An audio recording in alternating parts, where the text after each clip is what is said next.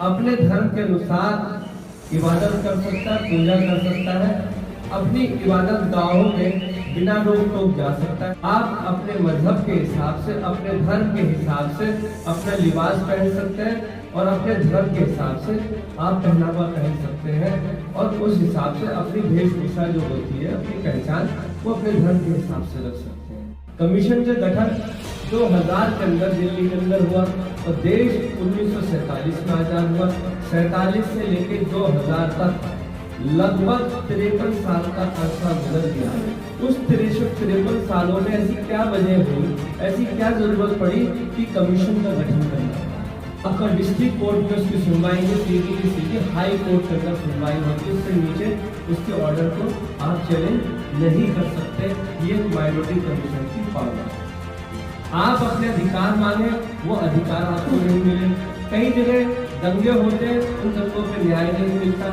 आप अपनी मस्जिद में जाना चाहते, गुरुद्वारा जाना चाहते, चर्च जाना चाहते हैं, तो वहाँ पे आपसे रुकावटें पैदा कर दी जाती है।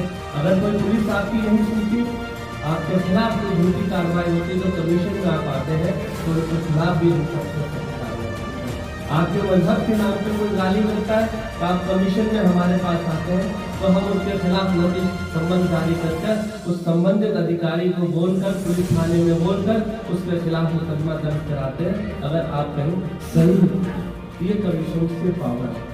आप कहीं पे एडमिशन लेना चाहते हैं, मजहब के नाम पे कोई रोकता है, उसकी शिकायत करें। आप किसी हॉस्पिटल में जाते हैं, आपके मजहब के नाम पे आपकी बहनों पे आपको कोई गाली बकता है, उस डॉक्टर के खिलाफ भी अगर कंप्लेन करते हैं तो हम उनके खिलाफ भी कार्रवाई करेंगे।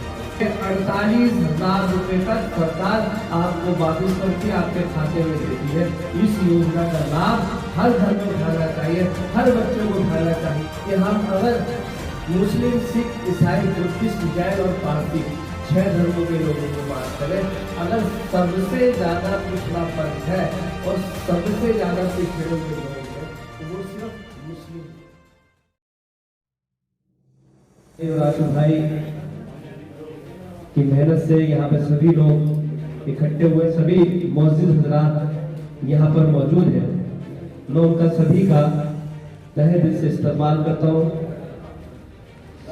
हमारे बीच में, हमारे दिल्ली प्रदेश में, हमारे साथ में माइनॉरिटी कमीशन में शफी दहलवी जी मेंबर है मुस्लिम एडवाइजरी कमेटी में, जामा मस्जिद से तशरीफ लाए, उनका मैं शुक्रिया अदा करता हूँ। हमारे बीच में फुरकान कुरैशी साहब, हाजी असलम साहब, शरीफ सदर साहब, नियाज हसन साहब, हकीम साहब, कबीर नगर से जो हमारे मेंबर हैं मुस्लिम एडवाइजरी के, आमिर भाई जीटीबी हॉस्पिटल के मेंबर हैं, अताउल हसन साहब, रिजवान भाई सदर साहब, मुनव्वर भाई, मारून अब्बासी जी और मेरे प्यारे दोस्त और मेरे हमसफर और मेरे साथ जो कंधे से कंधा मिलाकर मुझे सहयोग करा, हाजी मोहम्मद इमरान और अन्नू साहब मौजूद हैं, मैं उनका भी तहे दिल से इस्तकबाल करता हूँ। और सुभान भाई जो मेरे बहुत करीबी हैं, मेरी बहुत मदद की है, मैं इनका भी इस्तकबाल करता हूँ।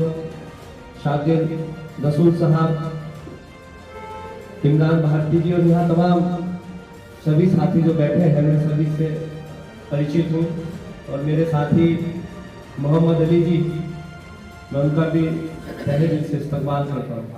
आप सभी मौजूद हजरात, सभी जिम्मेदार साथी और इस इलाके की जान यहाँ सभी बैठे हुए एक फिक्र के साथ कि किस तरीके से जो माइनॉरिटीज के लोग हैं उनको आगे बढ़ाया जाए, उनकी जो परेशानियां हैं वो किस तरीके से दूर की जाए।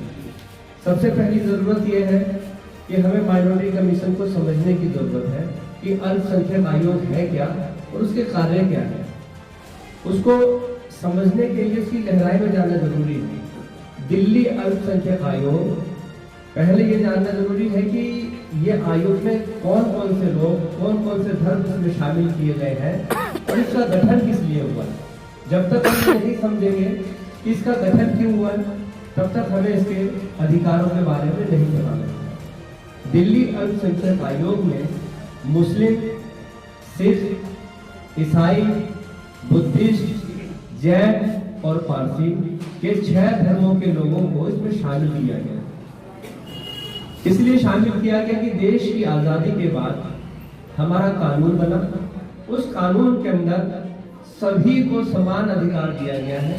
कोई भी व्यक्ति हिंदुस्तान में किसी भी जगह आ जा सकता है, अपने धर्म के अनुसार इबादत कर सकता है, पूजा कर सकता है, अपनी इबादत गाहों में बिना रोक टोक जा सकता है।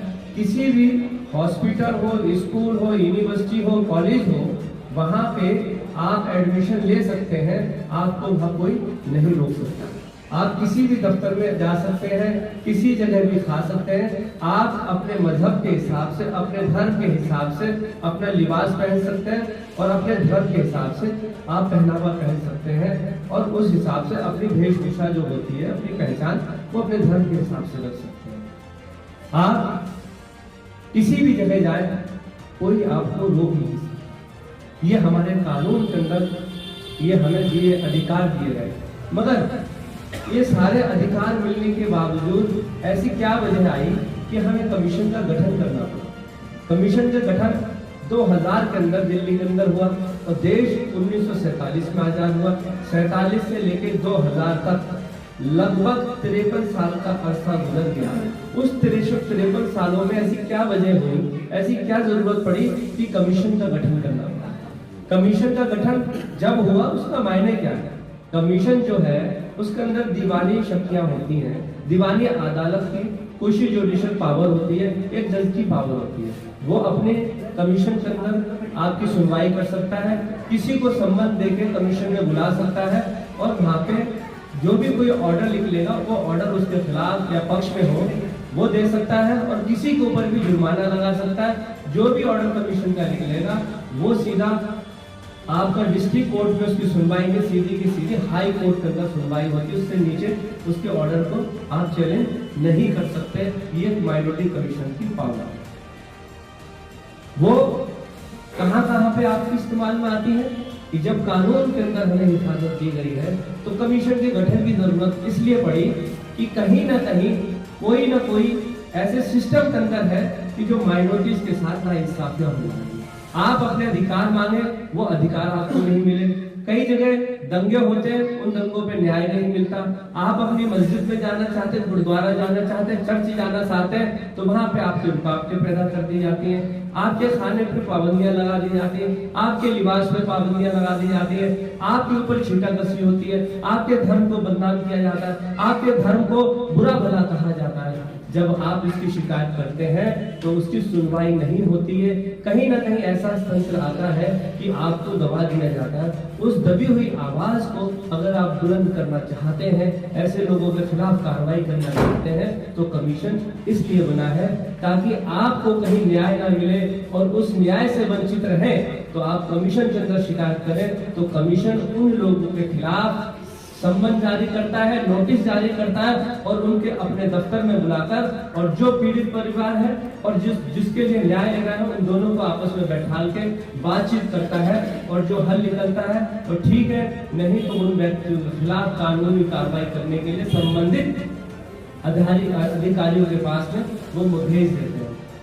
अगर कोई पुलिस आपकी नहीं सुनती, आपके खिलाफ कोई झूठी कार्रवाई होती तो कमीशन में आप आते हैं तो उनके खिलाफ भी सख्त कार्रवाई करते हैं।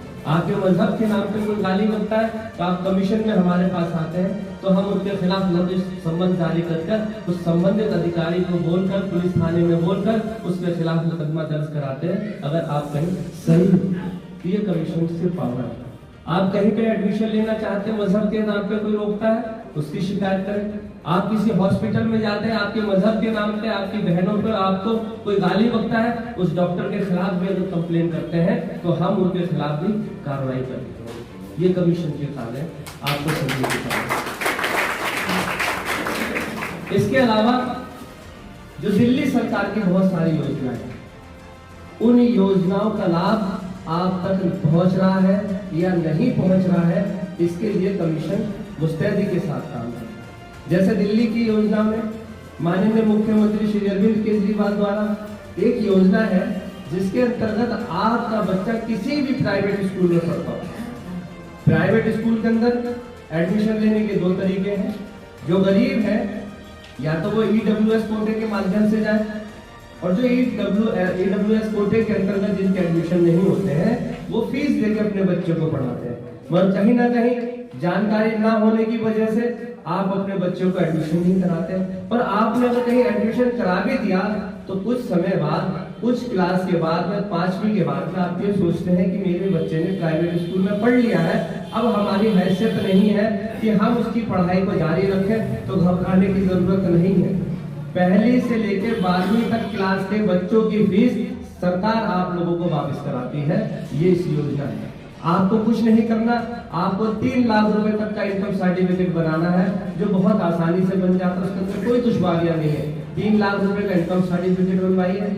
आपके बच्चे की जितनी भी फीस जमा करते हैं, साल के अंत में 48,000 रुपए तक सरकार आपको वापस करती है, आपके खाते में देती है। इस योजना का लाभ हर घर में उठाना चाहिए, हर बच्चे को उठाना चाहिए। इसके लिए जानकारी, अगर जो गरीब और मजदूर किस्म के लोग हैं, जो छोटा मोटा कारोबार करना चाहते हैं, किसी की मोबाइल रिपेयरिंग की दुकान है, कोई पूरी सब्जी चलाता है, कोई कंप्यूटर रिपेयरिंग करता है, कोई टेलरिंग की शॉप कर रखी है, कोई बार्बर की शॉप कर रखी है, ऐसी छोटी छोटी दुकानें जिन आदमियों के पास 50,000 रुपए तक कैश नहीं है और वो चाहते हैं कि मैं अपनी दुकान का रेनोवेशन कर सकूं, वो चाहते हैं कि मेरी छोटी सी दुकान है, इसके अंदर मैं फल रख सकूं, वो चाहते हैं मेरी छोटी सी दुकान है, मैं इसके अंदर कुछ और पैसे लगा के बढ़ा सकूं, मगर हमारे समाज में कहिए या उसके पास पैसे नहीं है तो वो मजबूर हो जाता है, या तो उसकी दुकानें बंद हो जाती हैं, या फिर वो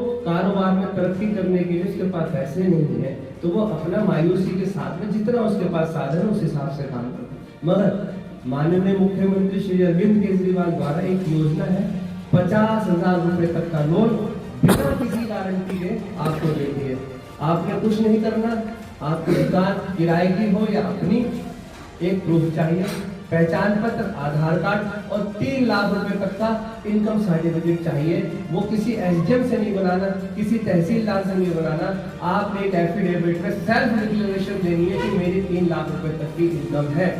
उसके आधार पर 50,000 रुपए तक का लोन बिना किसी गारंटी के आपको सरकार देती है। इसका लाभ हर घर को लेना चाहिए, हर मजदूर, छोटे दुकानदारों को लेना चाहिए, ताकि आप अपने कारोबार की तरक्की कर सकें। 6 महीने तक कोई किस्त आपने नहीं देनी, 6 महीने बाद 48 महीने में आपने ये रकम अदा करनी है। मुश्किल से 1200 रुपए महीने की किस्त आती है, कोई इसके अंदर ब्याज नाम की चीज नहीं है। इतनी बड़ी फैसिलिटी उन गरीब और मजदूरों के लिए इसका लाभ लेना चाहिए। यह है जानकारी आप लोगों को नहीं है।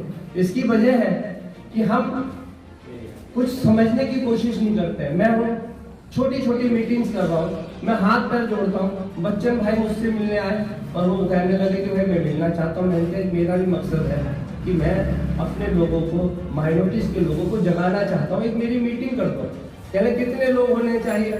मैंने 10 हो, 5 हो, 6 हो, 8 हो, 10 हो, छोटी से छोटी मीटिंग करो, उसमें मैं आऊंगा। कम से कम 10 आदमी भी होंगे, 2 भी समझ गए तो समझ लो कि मैंने 2 आदमियों को समझा दिया। ये और मैं चाहता हूं कि मेरे सिस्टम है कमीशन के पास, बड़ी मीटिंग कर सकता हूँ, पूरी दिल्ली के लोग इकट्ठे कर सकता हूँ, 1000, 2000 सैकड़ों लोगों का सेमिनार कर सकता हूँ, क्योंकि साधन है। मगर 2000 के बीच में मैं मंच पे ऊपर होगा, आप लोगों से आंख मिला के बात नहीं कर सकता, आपको दिल की बात नहीं कह सकता, आपकी दिल की बात नहीं समझता, आपकी आंखों में जो प्यार है उसको नहीं ले सकता। एक रिश्ता मजबूत तभी बन सकता है जब हम और आपके बीच में 1 गज की भी दूरी ना हो, हम हाथ से हाथ। यही मकसद है मेरा कि मैं छोटे छोटे इलाकों में जाता हूँ। सब लोग मुझ पर बहुत छीटा कसी करते हैं, कहते हैं कि कमीशन के चेयरमैन का काम नहीं है, प्रोटोकॉल के खिलाफ पड़ता है कि आप गलियों मोहल्लों में घूमते हो अकेले। मैंने किया, मैं माइनॉरिटीज के लिए घूमता हूँ। मैं 3 साल मुझे इस पोस्ट पर बैठाना बता रहा है, यहाँ IAS से IPS रिटायर्ड ऑफिसर आते हैं, मगर मेरे को जो अल्लाह ताला ने, ये ऊपर वाले ने, सोचिए कि मुझे पता नहीं किस लिए ये मौका मुझे इस सीट के लिए दिया। मैं सोचता हूँ कि 3 साल के अंदर से 1.25 साल गुजर गए हैं। कोरोना के टाइम में मैं मीटिंग्स नहीं कर पाया, तो मैं ये मेरी पकड़ होगी कि अल्लाह कहेगा मुझसे कि मैंने तुम्हें अपने कौम के लिए, माइनॉरिटीज के लिए चेयरमैन बनाया, तुमने क्या किया? लोगों को फायदा पहुंचाया या नहीं पहुंचाया? तो मैं क्या जवाब दूंगा? तो मेरी यही कोशिश है कि मुझे आखिरी वाले दिनों में, आखिरी में जब दुनिया से जाऊँ तो कम से कम मुँह छुपाने का मुझे मौका मिले। और मुझे जानते भी होंगे कि अगर मैंने जनता कॉलोनी में रहा हूँ तो वहाँ पे मैंने काम किए, कोई बुरा नहीं कह सकता मुझे। अगर मैं जा गया हूँ 5 साल के बाद तो मैंने कामों के निशान छोड़े, काम नजर आएंगे हर इलाके, हर मोहल्ले के अंदर। तो यही मेरी है कि इन 3 सालों के अंदर मैं ज़्यादा से ज़्यादा घूमूँ दिल्ली के अंदर, अपने लोगों को जगा दूँ। मेरे हिसाब से अगर मैं चाहता हूँ कि पिछले दिनों में पूरे माइनॉरिटी कमीशन के अंदर माइनॉरिटीज़ की तरफ से कोई लोन का फॉर्म नहीं होगा।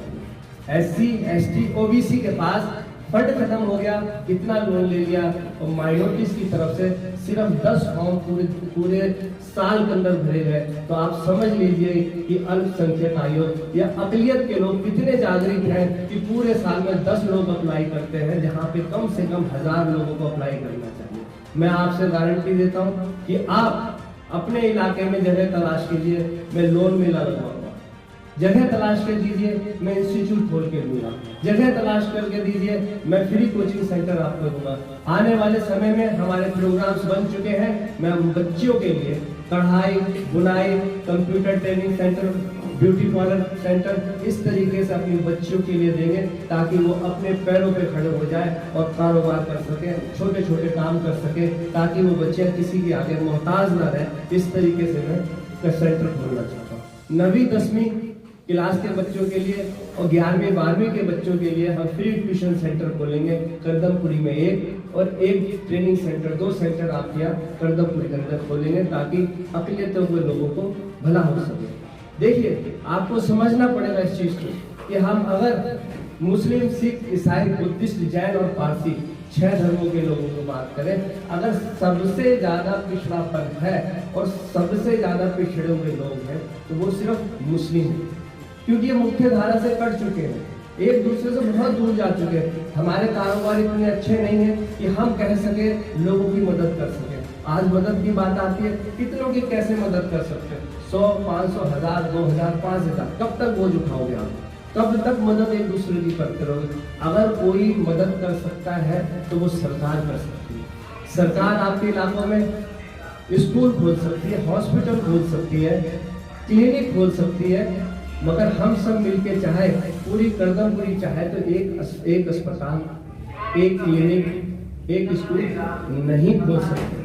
तो ये हम लोगों को चाहिए कि अगर सरकार आपको जो सुविधा देती है, अगर आपके बच्चों को विदेश में पढ़ने जाना चाहता है उसके लिए भी लोन है। अगर आपको किसी सरकारी स्कूल के अंदर, कॉलेज के अंदर बच्चे ने एडमिशन ले लिया, MBBS का हो, इंजीनियरिंग का हो, किसी का भी हो, अगर आप पैसा नहीं दे सकते तो सरकार आपको लोन देती है बच्चों को पढ़ने के लिए। वो वापस कब करना पड़ता है? जब बच्चा पास हो जाए। पास होने के बाद वो कमाने लगे तब आपकी किस्त चालू होती है। इसका फायदा लेना चाहिए ना। बहुत सारी ऐसी योजनाएं, तो हम में जागृति नहीं है, हमारे अंदर जागपन नहीं है। अगर किसी भी प्रकार की कोई भी समस्या है, किसी भी प्रकार का आपको परेशानी है तो कमीशन के पास आइए, समझिए कमीशन को, परेशान मत होइए। आपकी हिफाजत के लिए है, नियम और कानून है कि वो सेफ गार्ड की तरफ काम करता है। इसके अलावा हम एक पीस कमेटी भी होती है, सद्भावना समिति भी होती है, उसके माध्यम से हम हिंदू मुस्लिम एकता के लिए काम करते हैं, हिंदू मुस्लिम एकता के भाईचारे के लिए काम करते हैं। जो नफरत की दीवार पैदा करना चाहते हैं, उस नफरत की दीवार को तोड़ना चाहते हैं, वो जभी संभव है जब हम आपस में मिलजुल कर अच्छी बात करेंगे, नफरत की बात नहीं करेंगे। तो कमीशन इस पे भी ध्यान रखता है कि कहीं पे ऐसा सद्भावना को मिटाने का कोई काम तो नहीं कर रहा। तो उन इलाकों में हमारे पीस कमेटी के मेंबर हैं, वो वहाँ समझाने का भी काम करते हैं। तो मेरी आप लोगों से गुजारिश है कि आने वाले समय में बड़ी बड़ी मीटिंग हो जहां हम लोगों तक कर सकें।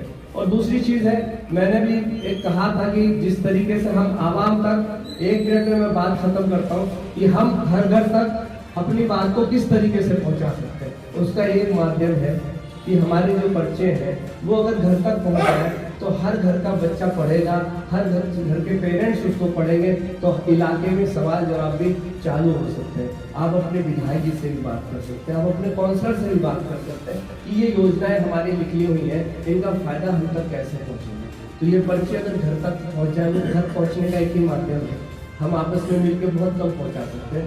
तो हम चाहते हैं कि जुम्मे वाले दिन हर मस्जिद से पर्चे तकसीम हो जाए, ताकि ये पर्चे घर घर तक पहुंच जाए और घर घर तक जागृति आए। और जब ये जागृति आएगी तो हम आपके इलाके में एक हेल्प डेस्क खोलेंगे। हम माइनॉरिटी कमीशन की तरफ से एक आदमी उस दफ्तर में बैठेगा, ऑनलाइन कोई भी काम करवाना हो, चाहे उसमें पहचान पत्र बनवाना हो, चाहे पासपोर्ट बनवाना हो, या आपको राशन कार्ड बनवाना हो, या फिर फीस वापसी का फॉर्म भरना हो, इनकम सर्टिफिकेट बनवाना, वो सारे के सारे काम जो ऑनलाइन होते हैं हम उस दफ्तर के माध्यम से आप लोगों के लिए करना चाहते हैं। और इसके अलावा कमीशन से बात की हॉस्पिटल्स में भी कि आप अपने इलाके में मेडिकल कैंप लगवाना चाहें तो हमारी सरकार की तरफ से हॉस्पिटल की टीम अपनी वैन जो गाड़ियां होती हैं उनके पास में वो लेके आएंगे, आपके पूरी मेडिकल ट्रीटमेंट भी देंगे। अभी मेरी आज ही जो दिल्ली के टीबी सेंटर जो देखते हैं, जो टीबी का इलाज करते हैं, LNJP हॉस्पिटल, उन्होंने हमसे वादा किया है कि आप अपने इलाके में हमारी तरफ से सरकारी गाड़ी आएगी, उसमें एक्सरे मशीन भी होगी, उसके जांच के भी सामान होंगे। आपके इलाके में अगर टीबी के कोई भी पेशेंट हो या जिनको लगता है कि उनको कोई इस तरीके के है, तो उस तरीके से भी हम कैंप आपके इलाके में लगा सकते हैं। आप थोड़ी सी कोशिश करें, अल्लाह ने चाहा, ऊपर वाले पे मुझे विश्वास है, उसकी मेहनत के साथ में मैं पूरा आपके साथ 24 घंटे के लिए तैयार हूँ। आपका साथ चाहिए, आपके लिए मुझे हौसला दें ताकि मैं ज़्यादा से ज़्यादा आप लोगों के लिए काम कर सकूं। यही मकसद है मेरा कि मैं जन जन तक, घर घर तक, आवाम तक अपनी आवाज़ को पहुंचा सकूं, ताकि जो सरकार आपको फायदा दे रही है उसका लाभ आप तक पहुंच सके। बहुत बहुत शुक्रिया।